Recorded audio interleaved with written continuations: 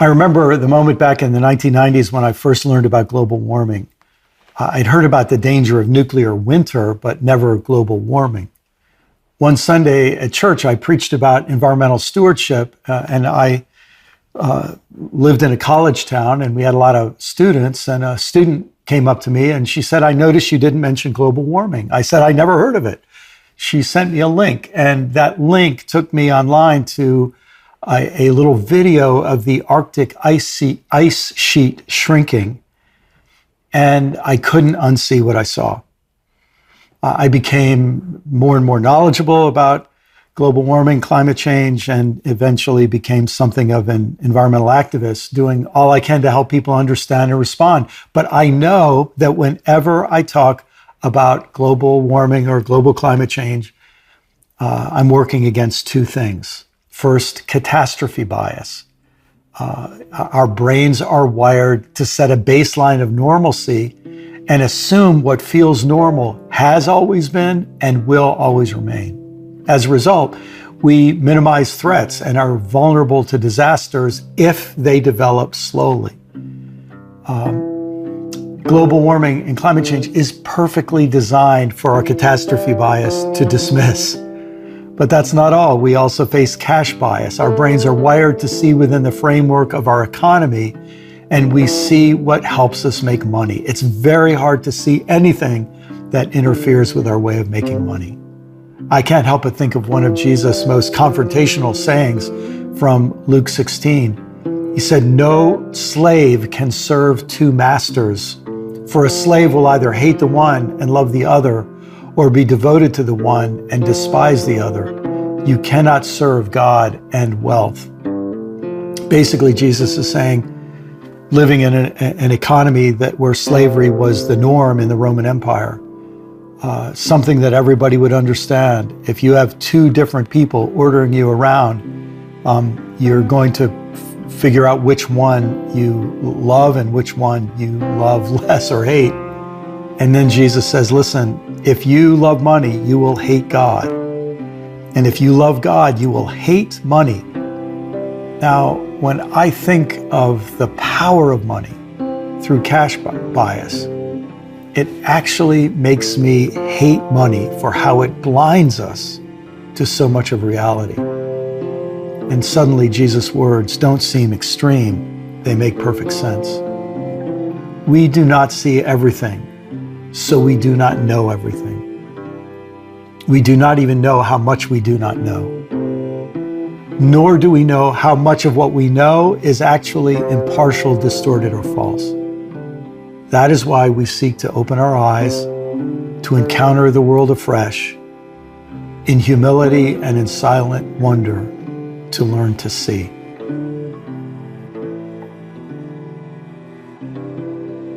Thanks, Brian. Wow, we have our work cut out for us in this episode because these two biases are really, really powerful. And they hit really close to home, especially in 2021. So let's start with that catastrophe bias.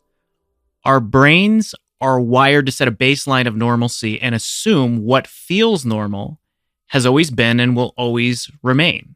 As a result, we minimize threats and become vulnerable to disasters, especially ones that develop slowly. Brian, you also call this normalcy or baseline bias. Could you explain a little bit more about that?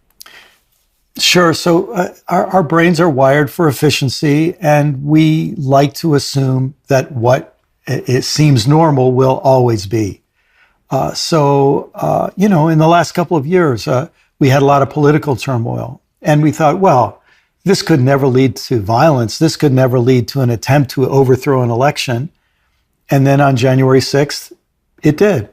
Or we say, oh, listen, summer, fall, winter, spring, seasons always come and they're always consistent. But guess what? Climates can change, and you can find out that what you assumed was normal wouldn't be normal. I can give a great example from my own childhood. And you guys might be able to remember this too, even though you're a good bit younger than me. But when I was a boy, anytime you took a drive in the summer, your car windshield would be covered with squashed bugs. Your headlights would be covered. The whole front grille of your car would be covered.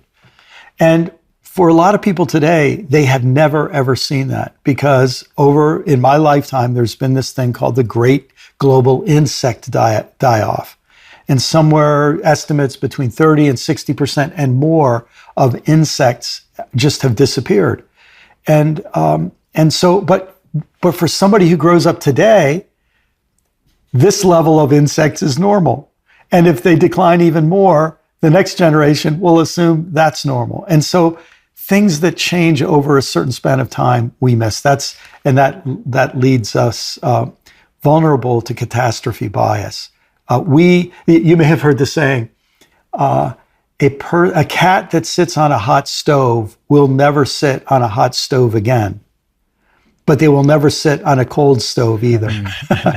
And the idea is the sudden catastrophe makes such an impression. Our brains are wired to remember. We're traumatized by sudden catastrophes, but the slow-going ones we very easily miss. So can you all think of other examples of catastrophe, normalcy, baseline bias? Right off the bat, it makes me think of the psychological principle of homeostasis, which is that whatever we consciously think, unconsciously, we really just want things to be stable and stay the same. And that kind of contemporary bit of wisdom that we usually don't change until it hurts too much to stay the same. Yeah.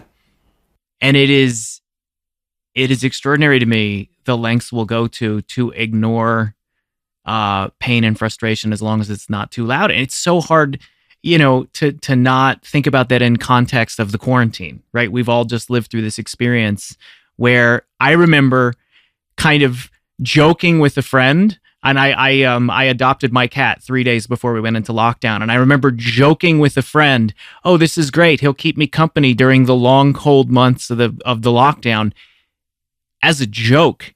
And literally 3 days later, it started. And 3 weeks later and 3 months later, I was actually living it.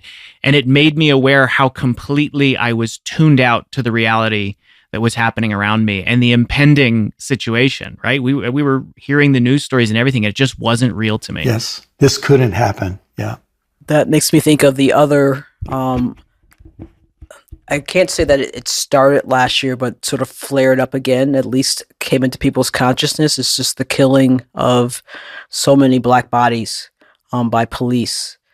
And that in itself is a legacy of a much longer, centuries-long catastrophe of the enslavement of Black bodies in many ways, not just the bringing them over from Africa, but also in prisons. And it's a catastrophe that is felt by those who are involved, but for those who aren't, and there is a lot of normalcy to that. And that's what, in many ways, I think makes it very hard to address and very hard to change. Well, you really can see that if we mix this bias, which, by the way, the one dimension of it people call optimism bias, like, oh, everything will work out, right? It can't be that bad.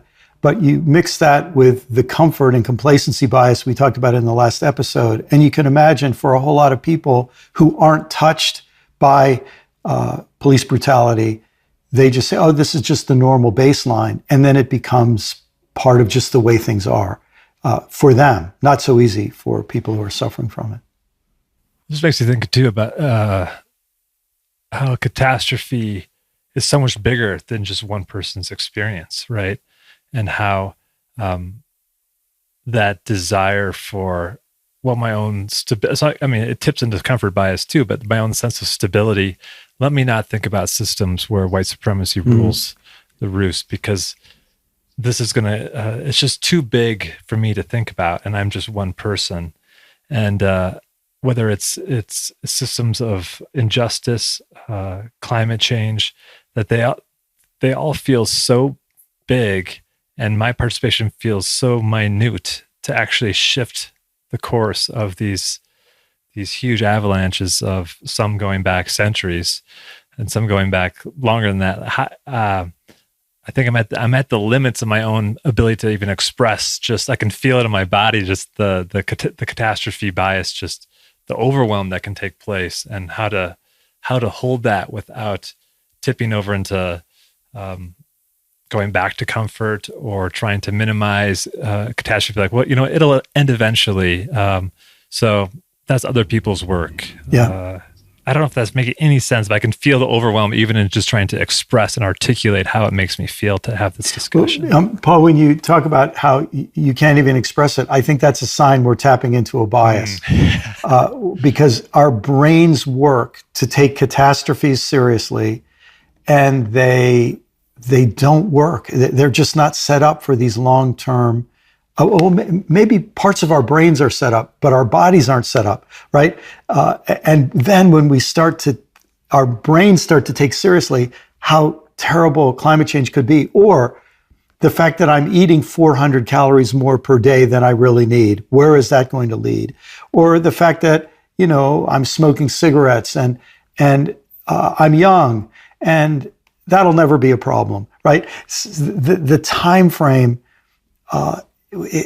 everything just makes it easy for us to be numbed and to consider what we're doing okay, normal, a baseline, and there won't be any bad consequences.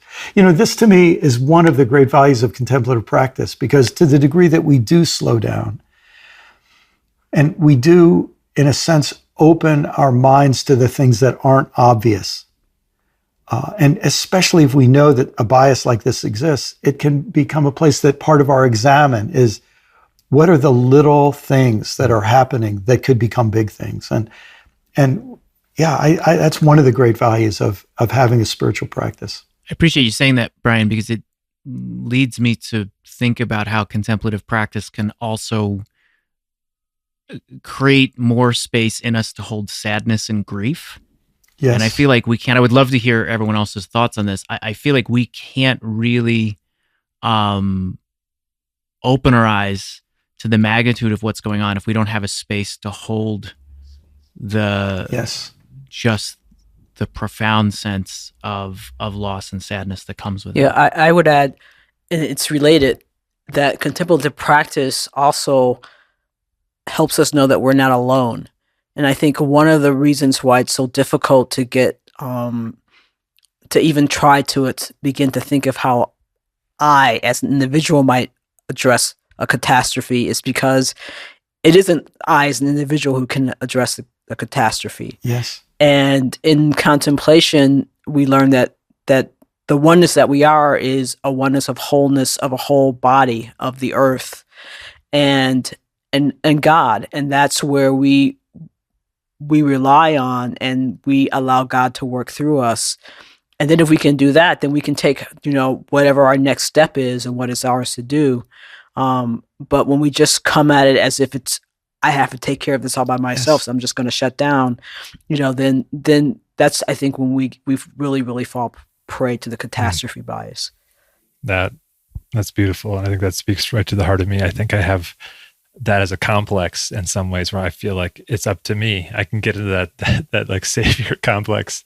And this is part of why a contemplative rhythm is so helpful for me to know that there's space that I'm coming from and space that I'm going to, where it is tapping into the body of Christ, which is an image that wasn't really used much for me growing up, but has become one of those central pieces that helps me know, and how quickly I forget, helps me know that it is not just up to me, but I'm a part of this incredible fabric, this cosmic web of those also on this journey. So let's take a moment to center ourselves and explore the prayer that we will use for the catastrophe bias.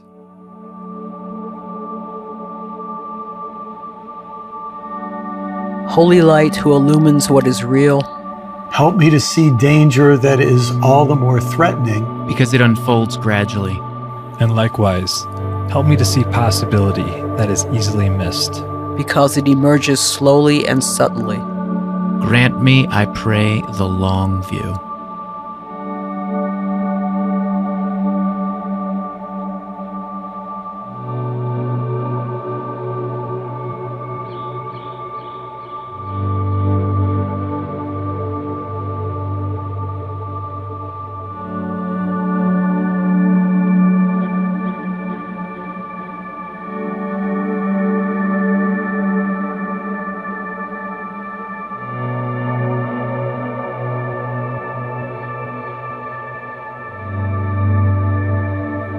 So cash bias is next.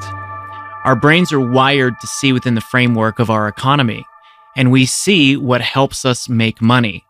It's very hard to see anything that interferes with our way of making a living. So question for everyone, where do you see this bias at work? And do you see it overlapping with catastrophe bias? Well, climate change sure is an easy example. I mean, the biggest industry in the history of humanity is the fossil fuel industry. There has never been an industry that big.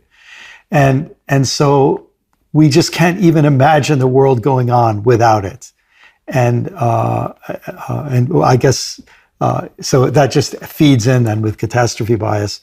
Our economic system won't let us see what is an inevitability, and it just keeps us trapped. Yeah, it's interesting for me. A little bit of self-disclosure here. I grew up in what's commonly known as the prosperity gospel, so kind of health and wealth.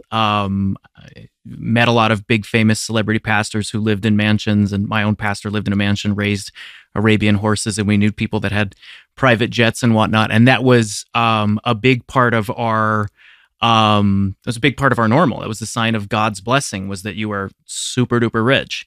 And what was really interesting was in this particular environment, how cash bias and catastrophe bias worked together. Because another thing that was a part of that environment as I grew up in it was a lot of apocalypticism. So we were always convinced that the world was ending. Mm-hmm. And so that was all the more justification to accumulate wealth so that you could survive the coming catastrophe. And unfortunately, it created this mentality where it's kind of like, well, just make sure you and your family are taken care of because everyone else is going to be eating each other and you need to defend your stash to survive. Mm-hmm. And it is it's interesting to think about how that ripples out ethically and how it teaches you to treat other people and the world around you. Yeah.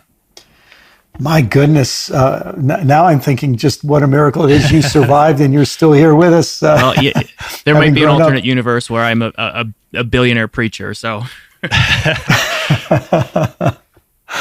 And your gold-plated Bible is a giveaway too. Those are your roots. I didn't realize you could see that. Sorry. I have a personal example, both personal catastrophe and personal cash bias. In 2008, I lost my job, and in 2009, I ran out of money, and I ended up being homeless for 6 years. So that's the personal catastrophe. And there are ways in which I kind of jumped into it. I think of Joseph Campbell saying, "If you're falling, dive." So I knew it was coming, so I welcomed it as a way of practicing trust. And so I was lucky. I never ended up on the street. I was able to find places to stay with friends, or they were friends of friends, etc. And it was a long struggle with God, about where am I meant to go? What is this all about?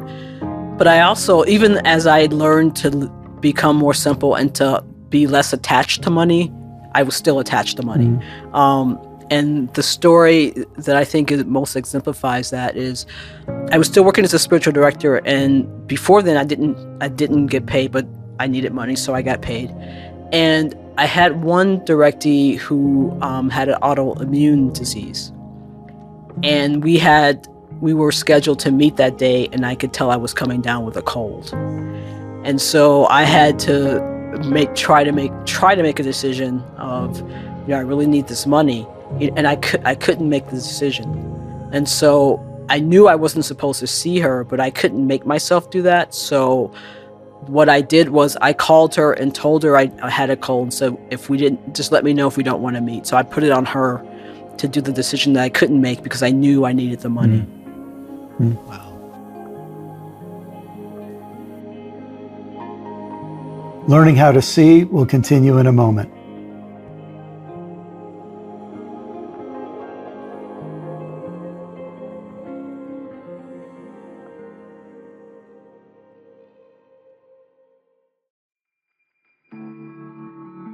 I just think the power of money and the power of all the assumptions that go underneath it, that time is money, or that the amount of money you have or make determines how much value you have, or the idea that work that you don't get paid for, or the work that you get paid for little, is either easier or less important than work that gets paid a lot. I mean, when you think about how hard work is, it has nothing to do with how much money people get from it. Yet it affects our values so much. And to try to imagine ourselves being liberated from the assumptions that come with our culture and its centuries of accumulated value system. Oh my goodness, it really does feel like something that we have to be saved from, liberated from. We need sort of, I'm thinking about the prosperity gospel, Mike, and we need like a liberation from greed and a liberation. But it's not just even greed. It's the way that the money economy affects the poorest people too, because of the way it makes us see ourselves, the way it makes us see the earth. Because I love the outdoors. I remember several years ago being in the mountains of Pennsylvania, looking at this beautiful mountain, and then it just hit me. There are people who look at this mountain and they think, how many board feet of lumber are on this mountain that we could cut down all these trees? And then if we scraped off the mountain, how many tons of coal are in this mountain that we could extract? And for a second, I could imagine seeing the world in that way. And then that's when it got scary, because I thought, how many other things am I seeing that way? Gosh, that's so helpful. The story of money and the story of God seems so different, right? Like the abuse and use of money, of things not being valuable just for their own sense of being. But what can you extract, or what can you use or sell for? Versus what I think of like the story of God, of community, of the beauty of presence and being and sharing. That these elements, I think there's moments where they can weave together, but there's also times where they're so far apart. Where if you are only looking for ways to extract value, it's a story that has very clear winners and losers. And I feel like so much of our, whether it's pay inequality or the gap between the wealthiest and those living in poverty, it's a story of money. And what is those of us who are participating in what we hope to be the story of God? How do we speak to that? And I feel like this bias helps us, gives language to do so with confidence. I appreciate that, Paul. I think something that I've longed for my entire life, possibly because of my prosperity gospel upbringing, is someone who could give a good spirituality of money, and just introduce a healthy way to interact with it. Because I know for me, I went from one extreme to the other. I at a certain point in my life, I deconstructed the prosperity gospel early, and then since then have had a lot of years where there was a sort of resentment and reluctance and fear around money for me, whereas I never kind of wanted it around, because I was so much reacting against what I had experienced as kind of excesses and abuses. And I don't know that I've ever gotten there and found that kind of real healthy relationship with it and the real healthy teaching in interacting with it. I'm thinking about those words from Jesus about hating money and loving God. Obviously, money was necessary even for Jesus. I remember the story about him, about the taxes, paying taxes. Mm. The Gospels say that there was a group of wealthy women who funded his ministry. Why do you think Jesus used such strong language of hate and love? That's a juicy question.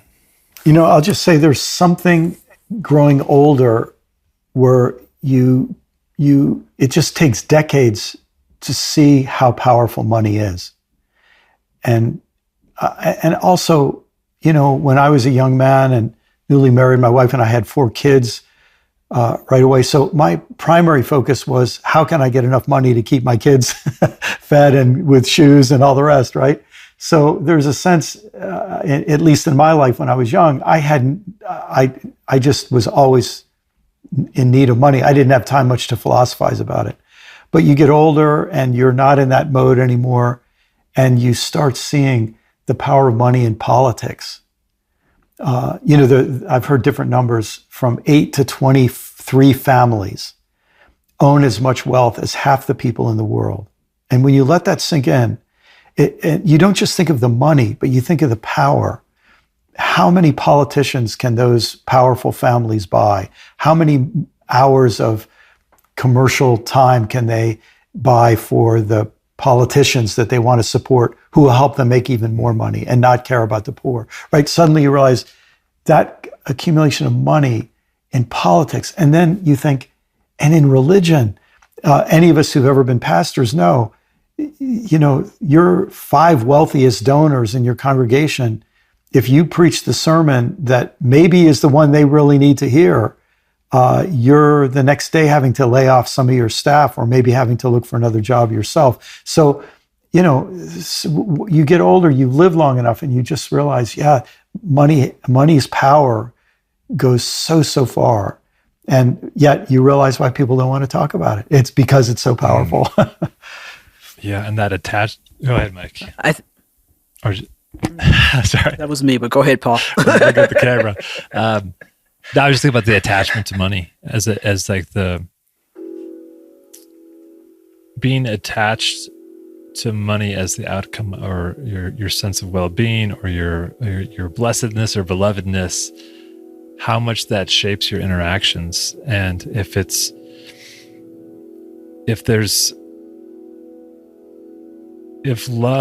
love of money is what's driving those outcomes, you're going to just miss out on those you're shoulder to shoulder with. And this may be an overly simplistic example, but I was saying before we started recording that I went on a run around my neighborhood today, and I go through a couple of different neighborhoods where there's more low-income housing, and then there's the wealthier parts. And when I run through the low-income housing area, there's a lot of waving and saying hello to one another, and everyone's outside. And then in the wealthier neighborhoods, there's more big walls you actually can't see over, and it's more self-protective. And I just think about what goes into the accumulation where one can actually be so self-protective that the outside world doesn't have as much effect in their reality, versus having to build a sense of community and interaction with whoever comes into your locale. That it just made me think about how that pursuit of that outcome, that love of that outcome, becomes more isolating than it does generative for a lot of folks.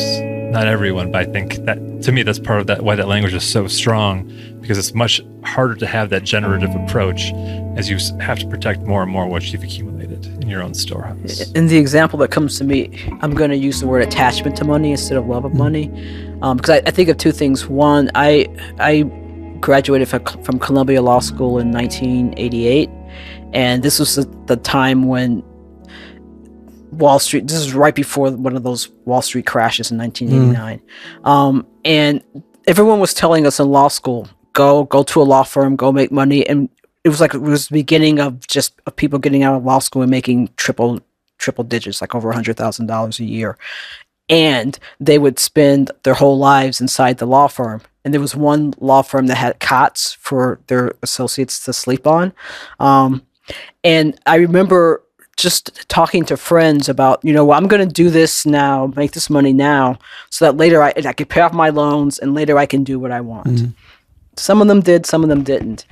I also think of friends who they really love to do something but don't feel they can afford it because they don't see how they can make a living at it. So they are in these jobs that they go through all their life that they hate. But they have to make the money to live, and they don't see how they can do what they love and live. And to me, that is that dichotomy between money and God, is when you have to choose and you decide that doing what you hate is actually more important to your survival than doing what you love. As you say that, Gigi, I don't know if this will stand up to scrutiny, but the sentence that comes to my mind is the opposite of money isn't poverty. The opposite of money is God, in this way, that money makes us say certain things have more value, less value, and certain things are worthless. But God loves everything.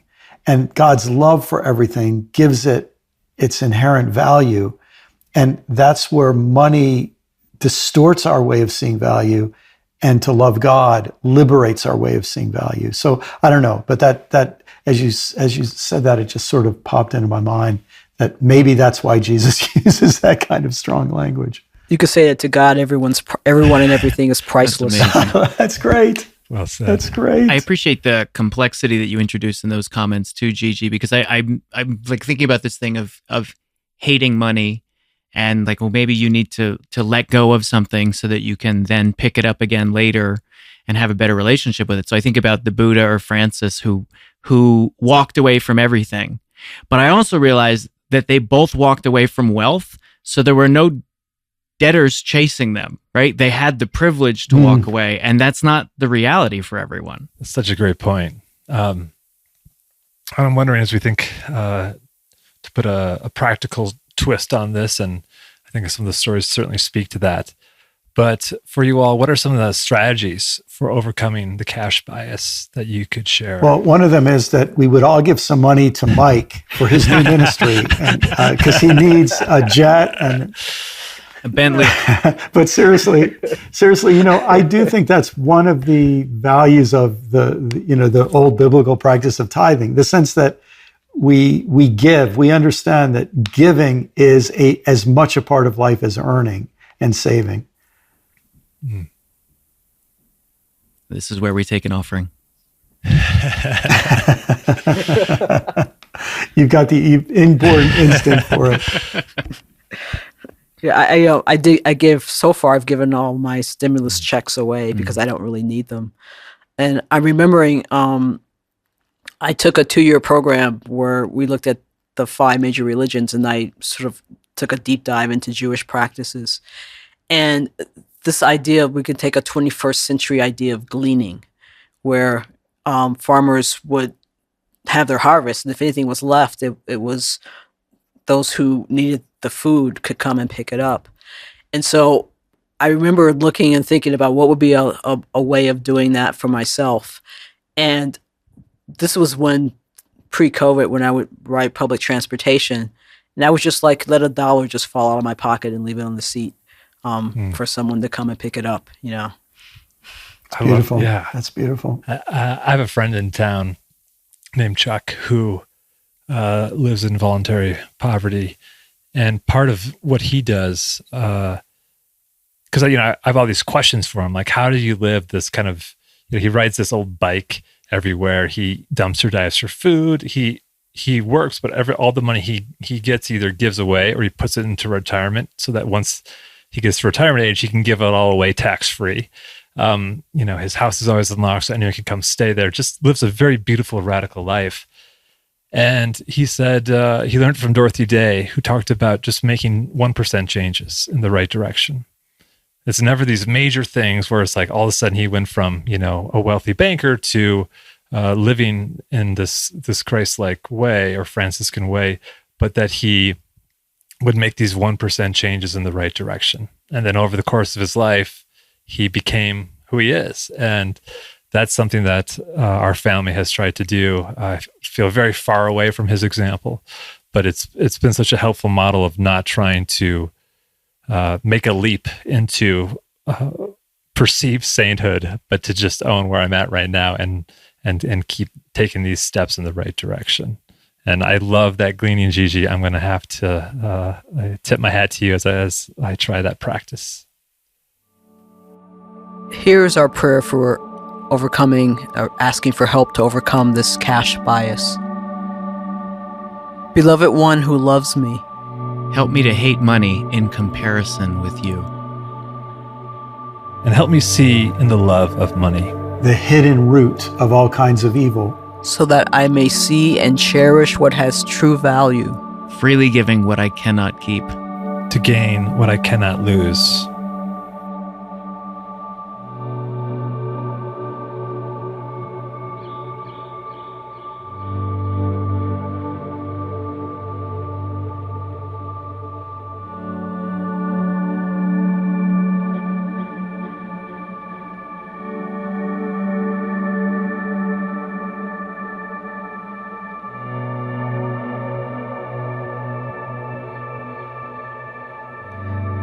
Any final comments about today's biases, catastrophe, and cash?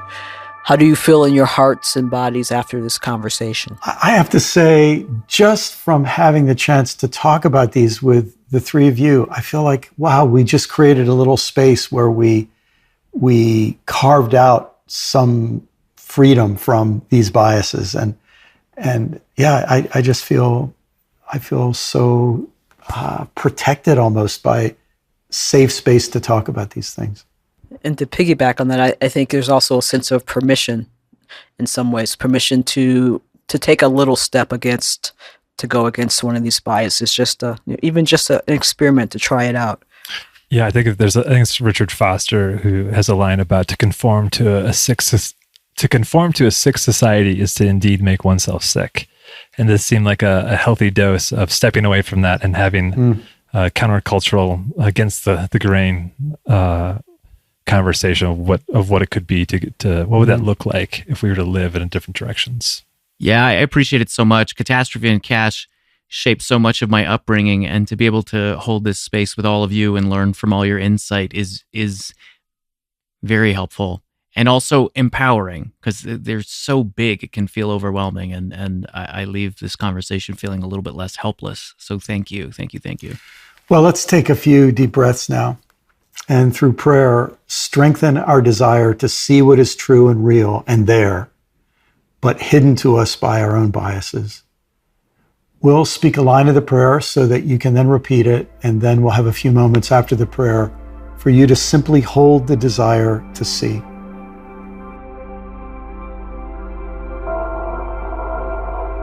Source of wonder, help us see with wonder. Depth of mystery, help us find delight in truths so profound that they surpass all knowing. Fountain of compassion, help us see with compassion. Bringer of justice, help us see with justice. Revealer of truth, help us see what is real. Holy wisdom, whose presence fills our ever-expanding universe, help our horizons ever to expand. Light of glory, help us to see with humility and awe. Amen. Amen. Amen.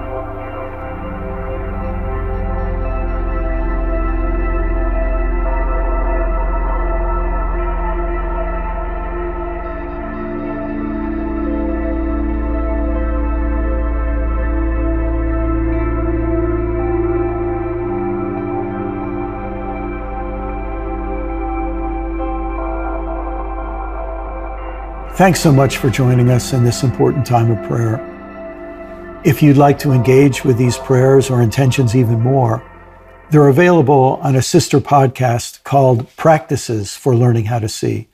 You'll find the link in the show notes.